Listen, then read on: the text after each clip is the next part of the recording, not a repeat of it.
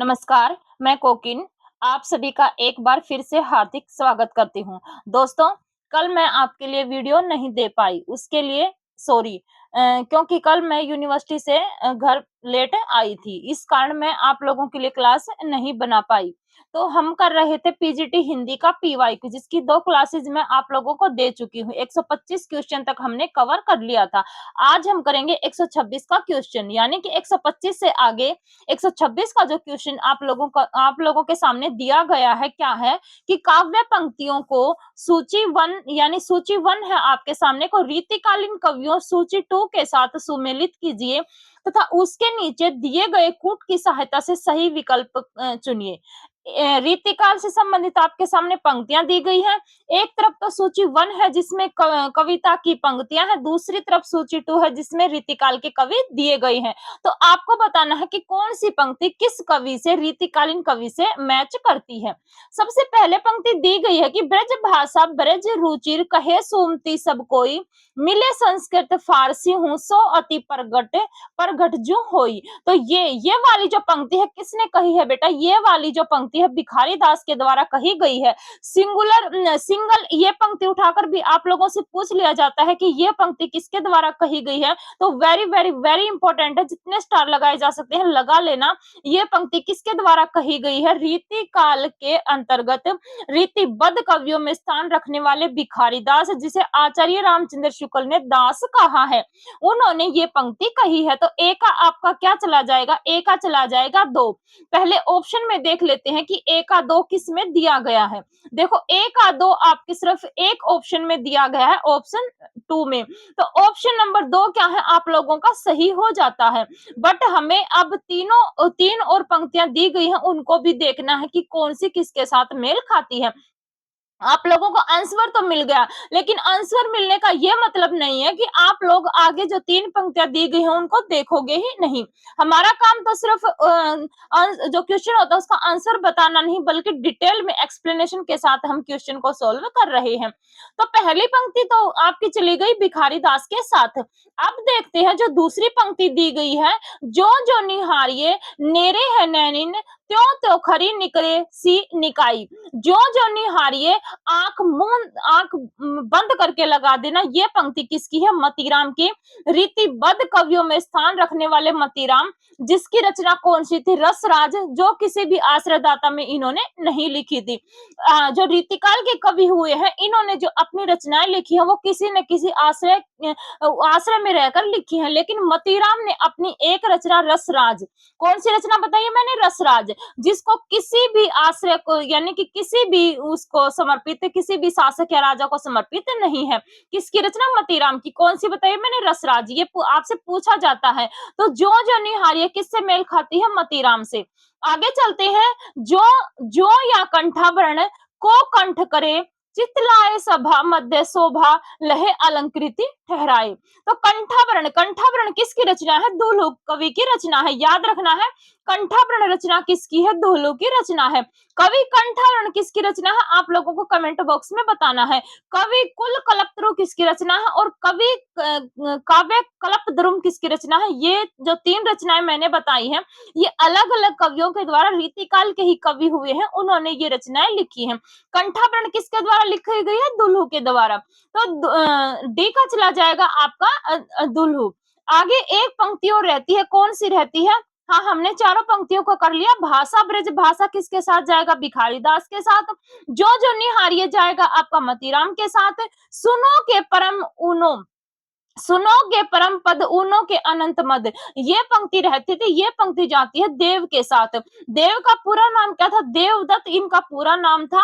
और बताया जाता है कि देवदत्त ने 16 वर्ष की उम्र में भाव विलास नाम की रचना इन्होंने लिख दी थी। किसने, देव ने। देव की रचनाओं की संख्या रामचंद्र शुक्ल 23 मानते हैं, लेकिन शिव सिंह सेंगर इनके ग्रंथों की संख्या कितनी बताते हैं, 72 बताते हैं। 23 जो मैंने यहाँ पर इनकी रचनाओं की संख्या बताई है ये आपके एग्जाम में पूछा गया क्वेश्चन है।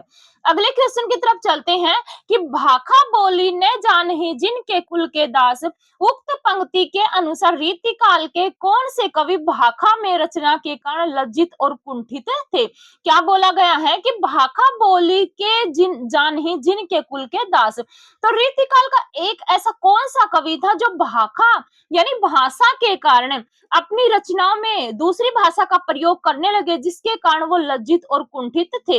आपके सामने चार ऑप्शन दिए गए, चिंतामणि है, केशवदास है, भिखारी दास है या देव है। तो चिंतामणि, मतीराम, आपके कौन है, भूषण और जटाशंकर, चार कवि बताए गए हैं। चिंतामणि से रीतिकाल का प्रवर्तक कौन मानते हैं, आचार्य रामचंद्र शुक्ल। केशव से कौन मानते हैं, डॉक्टर नगेंद्र। भिखारी दास मैंने अभी बताया है, काव्य निर्णय और श्रृंगार निर्णय किसकी रचनाएं हैं, भिखारी दास की रचनाएं हैं। देव का पूरा नाम मैंने बता दिया, देवदत्त क्या है, इनका पूरा नाम है। छल नामक संचारी भाव, इन्होंने 34वां छल नामक संचारी भाव दिया था, और साथ में इन्होंने जो तात्पर्य नामक शब्द शक्ति भी, चौथी जो शब्द शक्ति है वो देव के द्वारा बताई गई थी। अब आपसे क्वेश्चन में पूछा गया कि भाखा बोली न जानही जिनके कुल के दास, यानी कि जो इसका परिवार है, इनमें जो एक कवि दिए गए हैं, इनका जो परिवार था वो किस में लिखता था, संस्कृत में लिखता था। लेकिन इस कवि ने फिर अपने जो कुल की परिपाटी थी उसको तोड़ दिया और किस में रचनाएं करने लगे, ब्रज भाषा में रचनाएं करने लगे। और ब्रज भाषा में रचना करने के कारण इस कवि को जो तुलसीदास हुए हैं हमारे भक्ति काल में, राम काव्य धारा के महत्वपूर्ण कवि, इन्होंने इनको क्या कहा था, प्राकृत का कवि कहा था। और इसी लांछन से बचने के लिए, यानी कि प्राकृत का इनको कवि तुलसीदास ने कह दिया, इसी लांछन से बचने के लिए उन्होंने एक रात में ही क्या गढ़ डाली थी, रामचरित मानस की होड़ में इन्होंने रामचंद्रिका रचना गढ़ दी थी। तो रामचंद्रिका से आप समझ गए होंगे कि मैं किसकी तरफ हिंट कर रही हूँ, केशवदास जी की तरफ हिंट कर रही हूँ। तो भाषा बोल ही ने जहां जिनके कुल के दास, यानी केशवदास जी का जो परिवार था, केशवदास के जो दादा थे, परदादा थे, वो संस्कृत में काव्य रचनाएं कर रहे थे। लेकिन जो केशवदास जी हैं उन्होंने इस परिपाटी को तोड़ा और किस में रचनाएं करने लगे, ब्रज भाषा में रचना करने लगे। और ब्रज भाषा में रचना करने के कारण तुलसीदास जी ने इनको प्राकृत का कवि कहा, और इस लांछन से बचने के लिए उन्होंने क्या लिखी थी, रामचंद्रिका लिखी थी। रामचंद्रिका को छंदों का अजायब भर किसने कहा है, आप लोगों को कमेंट बॉक्स में बताना है। अगले क्वेश्चन की तरफ चलते हैं। दिया गया है कि समय ही वह रंग है जो अनेक अनेक रंगों में विभाजित होता है और पठन पाठन प्रक्रिया द्वारा फिर एक हो जाता है। उक्त पंक्तियों के रचयिता कौन है, सत्यजीत राय है, शेखर जोशी है, मनु भंडारी है, कृष्णा सोबती हैं। तो एनसीईआरटी से क्वेश्चन है, 12th क्लास के एनसीईआरटी से ये क्वेश्चन उठाया गया है। और ये समय ही वह रंग है जो अनेक अनेक रंगों में विभाजित होता है। तो ये किसने कहा है बेटा, ये कहा है कृष्णा सोबती के द्वारा ये कहा गया है। सत्यजीत राय ने क्या लिखा है, अप्पू के साथ 2.5 साल, सत्यजीत राय के द्वारा लिखा गया है। शेखर जोशी ने क्या लिखा है, बच्चे काम पर जा रहे हैं। मनु भंडारी ने लिखा है एक कहानी, यह भी आत्मकथा में लिखी गई इनकी आत्मकथा है, और वो क्या है, एक लेखक की आत्मकथा है। खुद इन्होंने अपनी इस आत्मकथा की भूमिका में कहा है कि ये क्या है, मेरी एक लेखक की आत्मकथा है। तो इसके अकॉर्डिंग आपका 128 का ऑप्शन नंबर 4 यहाँ पर सही हो जाता है। अगले क्वेश्चन की तरफ चलते हैं। क्या दिया गया है कि भक्ति काव्य में किन कवियों ने अपने पदों की भाषा को तमिल बताया है, यानी भक्ति काल के कवि हैं और इन्होंने अपनी जो भाषा है उसको तमिल बताया है। आपके सामने 4 ऑप्शन दिए गए हैं, वो आलवार थे, सिद्ध थे, संत थे या कृष्ण कवि थे। बात करें कृष्ण भक्त कवियों की, जो कृष्ण भक्त शाखा से बिलोंग करते हैं, जिसमें अष्टछाप के 8 कवि आते हैं, 4 शिष्य तो वल्लभाचार्य के और 4 शिष्य किसके आते हैं, विठलनाथ के आते हैं। तो इन्होंने तो किस में लिखा था, इन्होंने तो ब्रज भाषा में रचनाएं की थी। जो संत कवि हुए हैं निर्गुण काव्य धारा के, इन्होंने किसी एक भाषा को नहीं अपनाया, इन्होंने खड़ी बोली, पूर्वी बोली, जो पश्चिमी बोली, हर एक तरह की बोली का मिश्रण इनके काव्य में देखने को मिलता है। तो ये भी चला जाता है। जो सिद्ध कवि हुए हैं आपके आदिकाल के अंतर्गत, सिद्ध कवि और जो नाथ हुए हैं, इन्होंने भी इसी तरह इन्होंने कौन से कवि, संत कवियों ने भाषा को अपना था, उसी प्रकार से इन्होंने भी उसी भाषा का प्रयोग किया था। अब आपके सामने बसते हैं आलवार। ये इसका आंसर क्या जाएगा, आलवार। आलवारों की जो भाषा थी वो कौन सी थी, तमिल थी। तमिल में दिव्य प्रबंधन नाम का एक ग्रंथ आता है, और वो किस में लिखा गया था, तमिल भाषा में लिखा गया था। अब एक आते हैं नैनार और एक आते हैं आलवार। तो जो नैनार थे इनकी संख्या कितनी थी? 63 थी। और जो आलवार हुए हैं इनकी संख्या कितनी बताई जाती है? 12 बताई जाती है। ये भी आपके एग्जाम में पीवाईक्यू में पूछा गया क्वेश्चन है। तो इसके अकॉर्डिंग आपका ऑप्शन नंबर 1 यहाँ पर सही हो जाता है।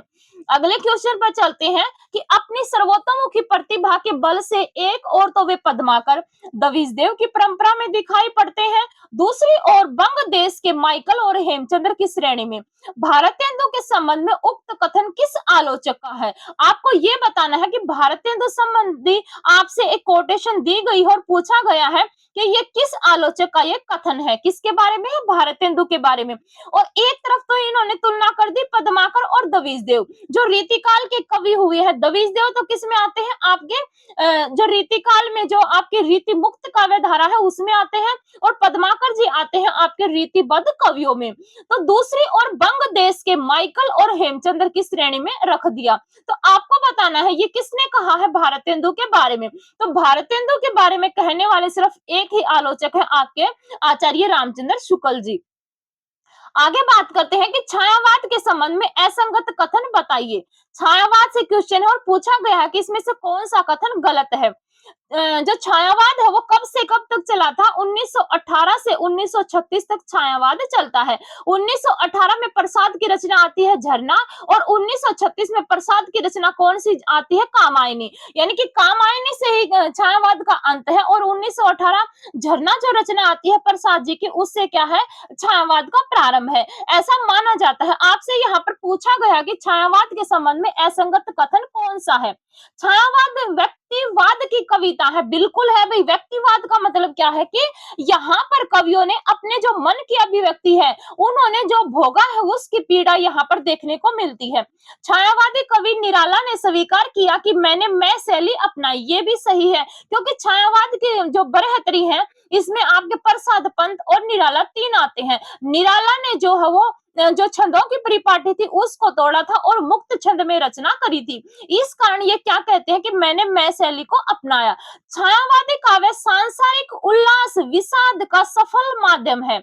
आगे देखते हैं कि रामचंद्र शुक्ल के अनुसार छायावादी कवियों की सारी प्रणय अनुभूति ससीम से कूदकर असीम पर जा गिरी। ससीम का मतलब क्या है कि जिसकी सीमा का अंत हो, और असीम का मतलब क्या है कि जिसकी सीमा का अंत न हो। यानी कि रामचंद्र शुक्ल क्या मानते हैं कि जो छायावाद के कवि हैं, इन्होंने जो रचनाएं लिखी हैं वो ससीम से कूदकर कहां जा पहुंची है? असीम पर जा पहुंची हैं। तो ये भी सही है। बचता है आपका ऑप्शन नंबर 3। तो छायावादी जो कवि थे उन्होंने जो रचनाएं की हैं वो सांसारिक उल्लास विषाद का सफल माध्यम है। ये नहीं आएगा यहाँ पर, क्या आएगा कि सफल माध्यम नहीं है।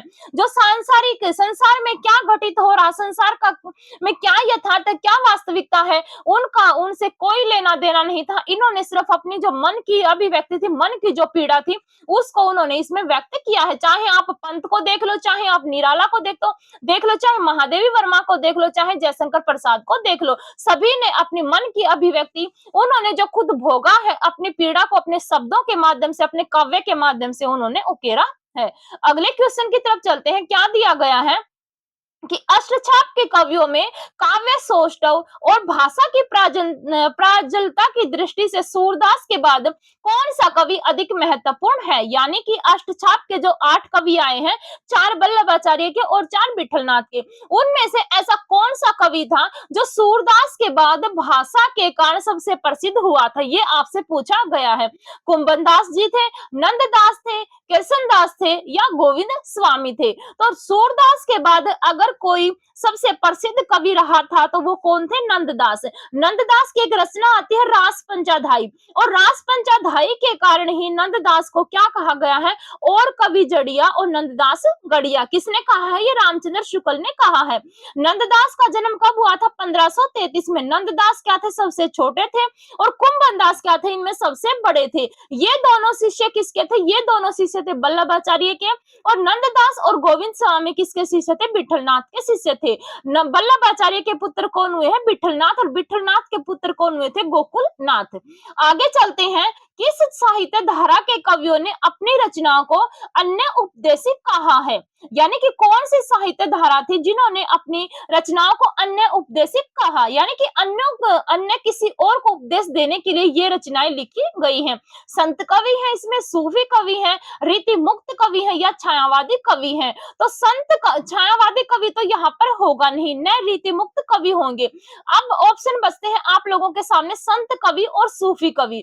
तो जो सूफी काव्य धारा यानी प्रेम मार्गी जो कवि थे, इन्होंने अपनी रचनाओं को क्या कहा था? अन्य उपदेशिक कहा था। ध्यान रखना है दोस्तों, आपके सामने ये बिल्कुल नया क्वेश्चन है। तो किसने कहा था? ये सूफी कवियों ने कहा था। आगे चलते हैं कि निम्नलिखित रचनाओं का सही अनुक्रम क्या है? 4 रचनाएं आपके सामने दी गई हैं और पूछा गया है कि इनका सही क्रम कौन सा है? पहले कौन सी आती है, फिर कौन सी आती है, फिर कौन सी और फिर कौन सी, यानी कि प्रकाशन वर्ष के अकॉर्डिंग आपको इन रचनाओं को अरेंज करना है। तो बात करते हैं प्रिय प्रवास। प्रिय प्रवास किसके द्वारा लिखा गया था? अयोध्या सिंह उपाध्याय हरिओद ने इस रचना को लिखा था। और कब लिखा था? ये 1914 में। रसराज जो है वो मतीराम के द्वारा लिखा गया था। मतीराम कब आते हैं आपके? मतीराम का जन्म हुआ था 1613 में। मतीराम का जन्म हुआ था। कब होता है मतीराम का जन्म? 1613 में। तो उसी के मतलब इसके 20 या 25 साल बाद ये रचना आती है। देखते हैं एक बार, रामचरितमानस कब लिखा गया था? रामचरितमानस लिखा गया था आपका 1564 के आसपास। और कीर्तिलता किसकी रचना है? कीर्तिलता और कीर्तिपता का आपकी विद्यापति की रचनाएं हैं। किसकी रचनाएं हैं? ये दोनों विद्यापति की रचनाएं हैं। तो सबसे पहले कौन सी रचना आती है? कीर्तिलता आती है। कीर्तिलता आपके ऑप्शन नंबर 2 और 3 में है। तो ऑप्शन 4 और 1 तो वैसे एलिमिनेट हो जाता है। अब हम बात करते हैं कीर्तिलता। कीर्तिलता के बाद कौन सा काल आता है हमारा? मतलब आदिकाल के बाद हमारा भक्ति काल आता है और भक्ति काल के बाद हमारा आता है रीतिकाल, और रीतिकाल के बाद कौन सा आता है? प्रिय प्रवास आता है। तो अगर आपको मान लीजिए इनका क्रम भी नहीं पता है, लेकिन आपको ये पता है कि ये कवि है आपके आदिकाल से, ये है भक्ति काल से, ये आपके है रीतिकाल से, और ये फिर आपके आधुनिक काल जो द्विवेद युग है उसमें कौन आते हैं? अयोध्या सिंह उपाध्याय हरिओद आते हैं। तो आपको अगर रीति, आदि, भक्ति, रीति और आधुनिक काल, इन चारों काल के कवियों का पता है, तब भी आप इसका आंसर इजीली लगा लेते। तो ऑप्शन नंबर 3 क्या है? यहाँ पर बिल्कुल सही है। आगे बात करते हैं कि सूरसागर के विषय में असंगत कथन का चुनाव कीजिए। रचना किसकी दी गई है? सूरदास की। और आपसे पूछा गया कि इसमें से ऐसा कौन सा कथन है जो गलत है? बात करते हैं, इस ग्रंथ की रचना भागवत की पद्धति पर 12 स्कंदों में हुई है। क्या ये सही है? इस ग्रंथ में 9वें स्कंद में सर्वाधिक पद मिलते हैं। इस ग्रंथ की 2 प्रतियां प्राचीनतम है, एक वेंकटेश्वर प्रेस की और दूसरी नवल किशोर प्रेस की। और चौथा ऑप्शन दिया गया है कि यह सूरदास की प्रामाणिक एवं सर्वश्रेष्ठ रचना है। तो आपको बताना है इसमें से कौन सा कथन गलत है। तो सूरदास ने जो सूरसागर लिखा था, ये भागवत की पद्धति यानी कि जो 12 इसमें स्कंद दिए गए हैं उसके आधार पर लिखा गया है। इस ग्रंथ में 9वें स्कंद में सर्वाधिक पद मिलते हैं, ये क्या है? गलत है। 9वें स्कंद में सर्वाधिक पद नहीं मिलते। और इस ग्रंथ की, किस ग्रंथ की? सूरसागर की जो 2 प्रतियां हैं, वो एक तो वेंकटेश्वर प्रेस से निकली है और दूसरी नवल किशोर प्रेस से। और सूरदास की जो सबसे प्रामाणिक रचना मानी जाती है वो कौन सी मानी जाती है? सूरसागर। आगे बात करते हैं, अगला क्वेश्चन क्या दिया गया है? दिया गया है कि उपन्यास और उपन्यासकारों का असंगत युग्म चुनिए। एक तरफ उपन्यास है, दूसरे तरफ उपन्यासकार है, आपको बताना है कौन सा गलत है। मुझे चांद चाहिए कमलेश्वर जी का है, हमारा शहर उस वर्ष गीतांजलि श्री का, शेष कादम्बरी अलका श्रावगी का, और कुरु कुरु स्वाहा मनोहर श्याम जोशी का। मनोहर श्याम जोशी आपके एनसीईआरटी में लगे हुए हैं। मनोहर श्याम जोशी की कहानी कौन सी? Silver wedding. तो कुरु कुरु स्वाहा 2005 में इसके ऊपर इनको क्या मिलता है? साहित्य अकादमी पुरस्कार मिलता है। शेष कादम्बरी अलका श्रावगी के द्वारा लिखा गया। हमारा शहर उस वर्ष गीतांजलि श्री को, जिनको बुकर साहित्य पुरस्कार मिला था। मुझे चांद चाहिए, ये कमलेश्वर जी का नहीं बल्कि किसका है? ये सुरेंद्र वर्मा के द्वारा लिखा गया है, मुझे चांद चाहिए। अगर आप लोगों को इसकी विधा पता है तो कमेंट बॉक्स में जरूर बताना। अगले क्वेश्चन की तरफ चलते हैं कि निम्नलिखित काव्य उक्तियों को उनके रचनाकारों के साथ सुमेलित कीजिए। तथा सूचियों के नीचे दिए गए कूट की सहायता से सही विकल्प चुनिए। वहीं पूछा गया कि एक तरफ कवि है, दूसरी तरफ उनकी पंक्तियां हैं, उनको आपको मिलान करना है। गोरख जगाए जोग भक्ति भगाए लोग, किसने कहा है? तुलसीदास जी ने कहा था। यानी कि गोरखनाथ जी ने, जो नाथ कवि हुए हैं या सिद्ध कवि जो हुए हैं, इन्होंने क्या किया था कि जनता को अपनी तरफ आकर्षित किया था। इस कारण लोग क्या हो गए, जो भक्ति मार्ग से भूल गए थे। ये किसने कहा है? ये गोस्वामी तुलसीदास जी के द्वारा कहा गया है। तो ए का हो जाता है 2। ए का 2 देखते हैं किस ऑप्शन में है। ए का 2 आपका ऑप्शन नंबर 1 और ऑप्शन नंबर 3 में है, लेकिन 2 और 1 आपका एलिमिनेट हो जाता है। आगे देखते हैं क्या दिया गया है कि झिलमिल झगड़ा झूलते बाकी रही न काहू, गोरख अटके कालपुर कौन कहावे साहू। ये पंक्ति किसके द्वारा कही गई है, ये आप लोगों को देखना है। तो ए का चला जाता है 2, बी का क्या जाता है? बी का चला जाता है आप लोगों का, बी का चला जाएगा आपका, बी का जाएगा आपका आई वी। आगे देखते हैं आई वी मतलब क्या आएगा आपका? कबीरदास। यानी कि झिलमल झगड़ा झूलत बाकी रहे न काहू। आगे देखते हैं यह मसीत यह देहरा सतगुरु दिया दिखाई, ये किसने कहा था? ये दादू दयाल के द्वारा पंक्तियां कही गई हैं। और बोलीबे तो तब बोलीबे जब बोलीबे की बुद्धि हो, ये पंक्ति किसने कही है? वेरी इंपॉर्टेंट है, ये सुंदरदास के द्वारा, जो संत कवियों में सबसे ज्यादा पढ़े लिखे कवि थे। तो इसके अकॉर्डिंग आपका ऑप्शन नंबर 3 यहाँ पर राइट हो जाता है। अगले क्वेश्चन की तरफ चलते हैं। क्या दिया गया है कि प्रेमचंद की कहानी एवं कहानी कला से संबंधित संगत कथनों का चयन नीचे दिए गए कूट की सहायता से कीजिए। प्रेमचंद की कहानी दी गई है, सॉरी कहानी इन्होंने जो लिखी है और उनकी कहानी कला किस ढंग से लिखी गई थी, इसके बारे में आपको बताना है। नमक का दारोगा, नमक का दारोगा कहानी धर्म के ऊपर धन की जीत की कहानी है। क्या ये सही है? प्रेमचंद की कहानी नमक का दारोगा का प्रथम प्रकाशन 1914 में हुआ था। प्रेमचंद ने आदर्शोन्मुख यथार्थवाद से आलोचनात्मक यथार्थवाद की विकास यात्रा की है। प्रेमचंद के अनुसार आदर्शवाद हमें निराशावादी बना देता है, मानव चरित्र पर से हमारा विश्वास उठ जाता है, हमारे चारों तरफ बुराई ही बुराई नजर आने लगती है। नमक का दारोगा कहानी आदर्शोन्मुख यथार्थवाद का मुकम्मल उदाहरण है। तो आपके सामने ये 5 ऑप्शन दिए गए हो, इनमें से आपको वे ऑप्शन छांटने हैं जो इस कहानी के अकॉर्डिंग, जो प्रेमचंद की कहानी कला है उसके अकॉर्डिंग सही ठहरते हैं। तो देखते हैं क्या दिया गया है। अब आपके सामने ऑप्शन दिए गए हैं 4। तो अब आप लोगों को देखना है कि इसमें से कौन सा सही है। देखो, नमक का दारोगा कहानी आदर्शोन्मुख यथार्थवाद का मुकम्मल है, ये तो क्या है आपका बिल्कुल सही है। क्या है? ये बिल्कुल सही है। अब ऑप्शन और देखते हैं कौन सा सही है। अब फर्स्ट ऑप्शन देखते हैं कि नमक का दारोगा कहानी धर्म के ऊपर धन की जीत की कहानी है, ये गलत है, उल्टा दे दिया इन्होंने। क्या है ये? धन के ऊपर धर्म की जीत की क्या है ये कहानी है, तो एक आपका गलत हो जाता है। प्रेमचंद की कहानी नमक का दारोगा का प्रकाशन कब हुआ था? 1914 में हुआ था, ये भी सही है। प्रेमचंद ने आदर्शोन्मुखी यथार्थवाद से आलोचनात्मक यथार्थवाद की विकास की यात्रा की, ये बिल्कुल सही है। यानी कि आपका ऑप्शन नंबर 1, 3 और आपका 5 देखते हैं किस ऑप्शन में है आपका। सॉरी, आपका 2, 3 और 5, एक आपका इसमें है, ये चला जाता है, एलिमिनेट हो जाता है। फिर मैंने बताया था 5 आपका ठीक है, 3 भी ठीक है और 2 भी ठीक है। तो इसके अकॉर्डिंग आपका ऑप्शन नंबर 3 यहाँ पर सही है। आगे पूछा गया कि आलोचना पत्रिका के प्रथम संपादक कौन थे? यानी आलोचना पत्रिका अनेक संपादकों के द्वारा निकाली गई, लेकिन प्रथम जो संपादक हुए हैं वो आपको बताना है। विष्णु चंद्र शर्मा है, नामवर सिंह है, शिवदान सिंह चौहान है या फिर रामविलास शर्मा है। तो जो आलोचना पत्रिका है वो किसके द्वारा निकाली गई थी? शिवदान सिंह चौहान के द्वारा ये पत्रिका सबसे पहले निकाली गई थी। अगले क्वेश्चन की तरफ चलते हैं। क्या दिया गया है देखते हैं। दिया गया कि बद्री नारायण चौधरी प्रेमघन के विषय में असंगत कथन आपको बताना है। भारतेंदु युग के कवि बद्री नारायण चौधरी प्रेमघन, इसके बारे में बताना है कौन सा गलत है। प्रेमघन भी भारतेंदु की तरह कृष्ण भक्त थे, बिल्कुल सही है। कृष्ण की भक्ति और प्रेम लीलाओं का विषय बनाकर उन्होंने बहुत कम कविताएं लिखी हैं, ये भी बिल्कुल सही है। जीर्ण जनपद और अलौकिक लीला उनके 2 प्रबंध काव्य हैं, ये भी क्या है? बिल्कुल सही है। लेकिन हिंदी भाषा की उन्नति पर व्याख्यान प्रेमघन की एक लंबी कविता है, ये क्या है? गलत है।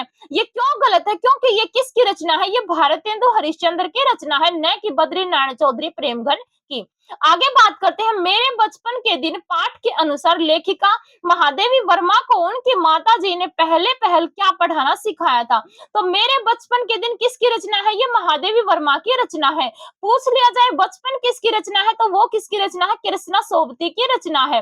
आपसे यहाँ पर मेरे बचपन के दिन पाठ में जो महादेवी वर्मा की माता जी हैं, उन्होंने लेखिका को पहले पहल क्या पढ़ना सिखाया था? ऑप्शन दिए गए रामचरितमानस, पंचतंत्र, संस्कृत और अरबी फारसी। तो आपको मेरे बचपन के दिन अगर चैप्टर बिल्कुल डीप में पढ़ रखा है, एनसीईआरटी से क्वेश्चन है, 9th क्लास के एनसीईआरटी में ये चैप्टर दिया गया है।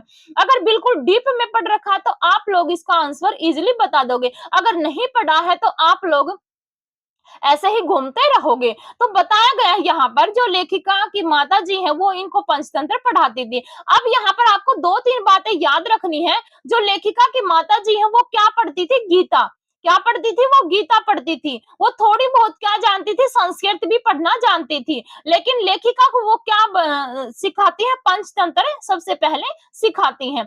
आगे बात करें, भूषण की राज प्रशस्तियां जातीय जीवन की पक्षधर और अत्याचार के विरुद्ध स्कर थी।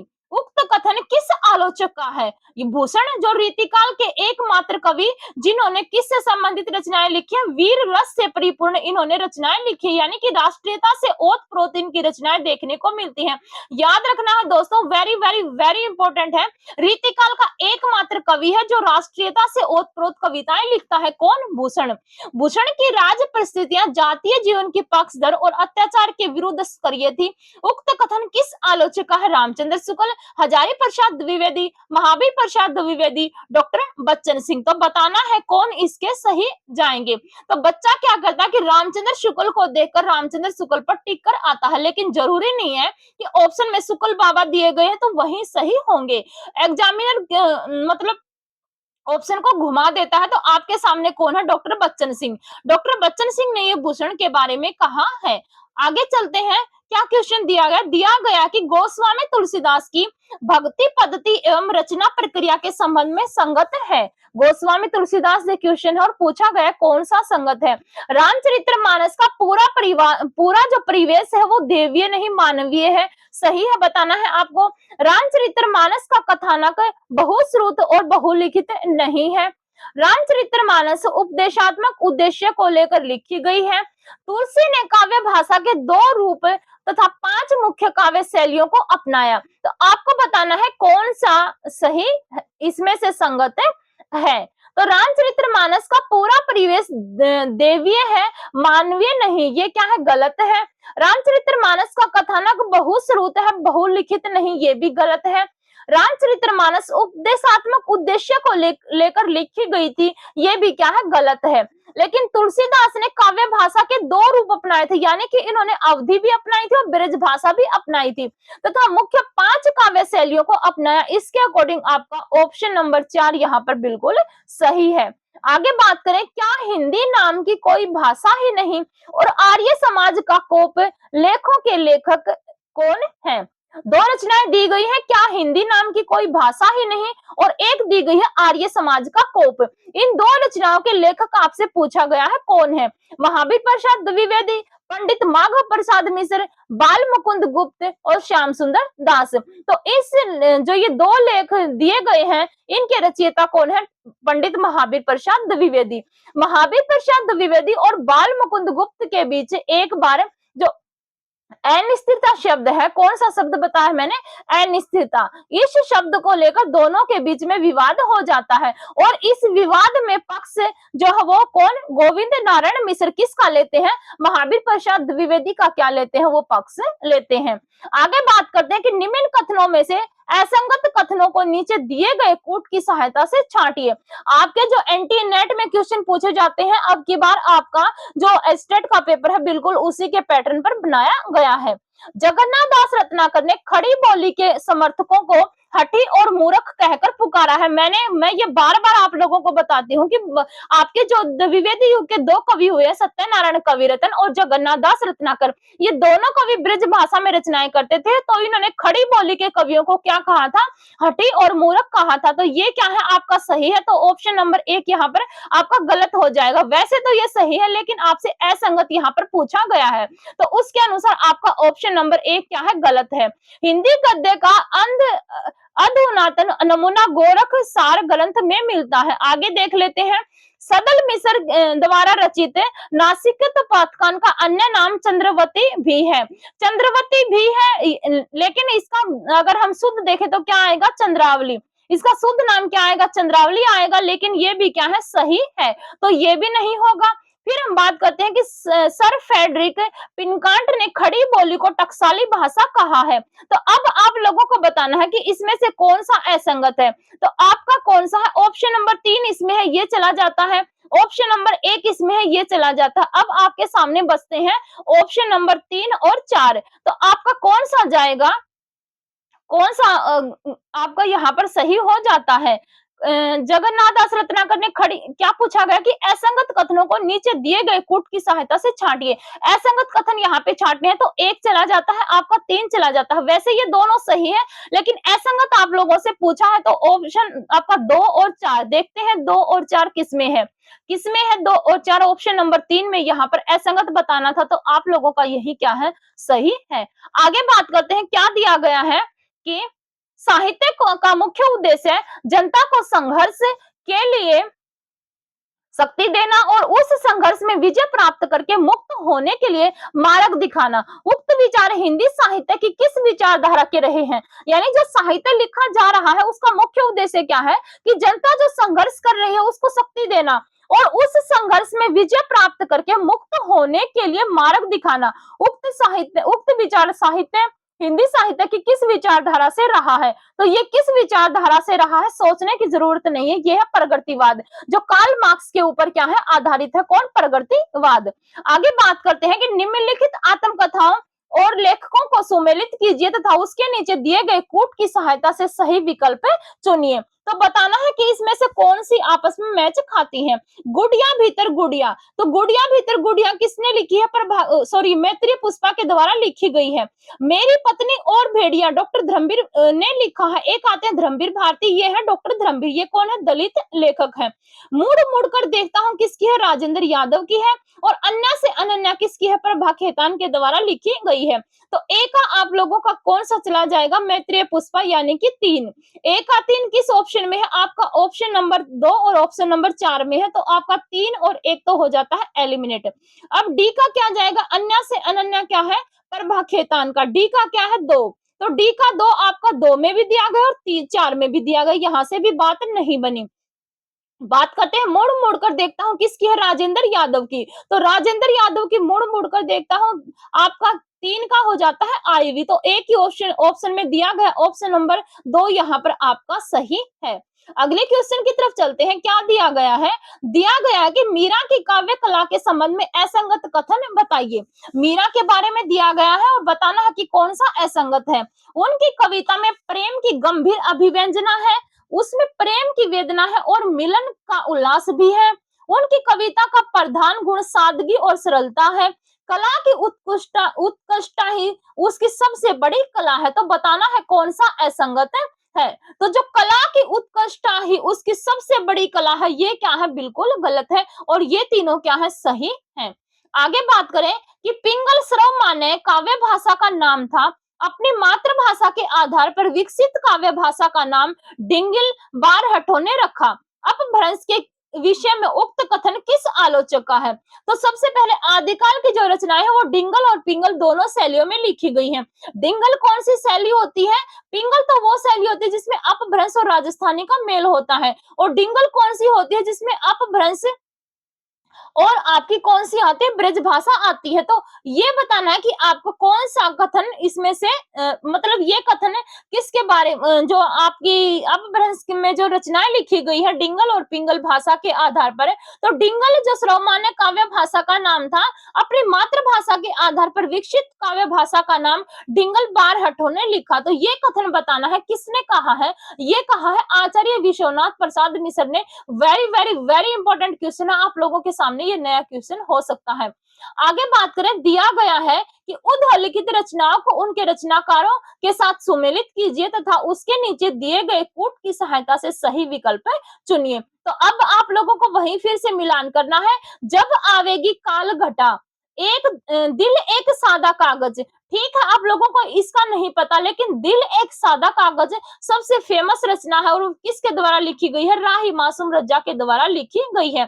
तो बी का आप लोगों को 2 देखना है किस ऑप्शन में है। बी का 2 किस ऑप्शन में दिया गया? बी का 2 आपका 3 ऑप्शन में दिया गया, तो आपका ये हो जाता है एलिमिनेट। अब हम बात करते हैं ए ऑप्शन का, देखते हैं क्या दिया गया है कि जब आवेगी कालगटा। तो जब आवेगी कालगटा किसके द्वारा लिखा गया? रांगे राघव जी के द्वारा ये लिखा गया है। तो ए का क्या चला जाएगा? आपका ए का चला जाएगा आईवी। तो इसके अकॉर्डिंग देखते हैं कौन सा सही है। ए का आपका चला जाता है आईवी। तो ऑप्शन नंबर 4 क्या है आपका? यहाँ पर बिल्कुल सही है। तो ये थे आपके एचटेट पीवाईक्यू के आपका 2024 का मैंने सोल्व करवा दिया है। इसके बाद आपका कोई भी एग्जाम एचटेट का नहीं हुआ है। अभी सुनने में आ रहा है कि आपका एग्जाम मई में तो पॉसिबल है नहीं भाई। अब आपका वही जून या जुलाई में ये एग्जाम कंडक्ट करवाया जाएगा। अभी आप लोगों के पास 1.5 या 2 महीने है। अगर अभी भी आपने तैयारी नहीं की है, आपने रफ्तार छोड़ दी है, तो अपनी उस रफ्तार को एक बार फिर से पकड़ लो। तो मिलती हूँ आप लोगों से नेक्स्ट वीडियो में। अगर वीडियो पसंद आती है तो please like share and subscribe जरूर करें। Thank you.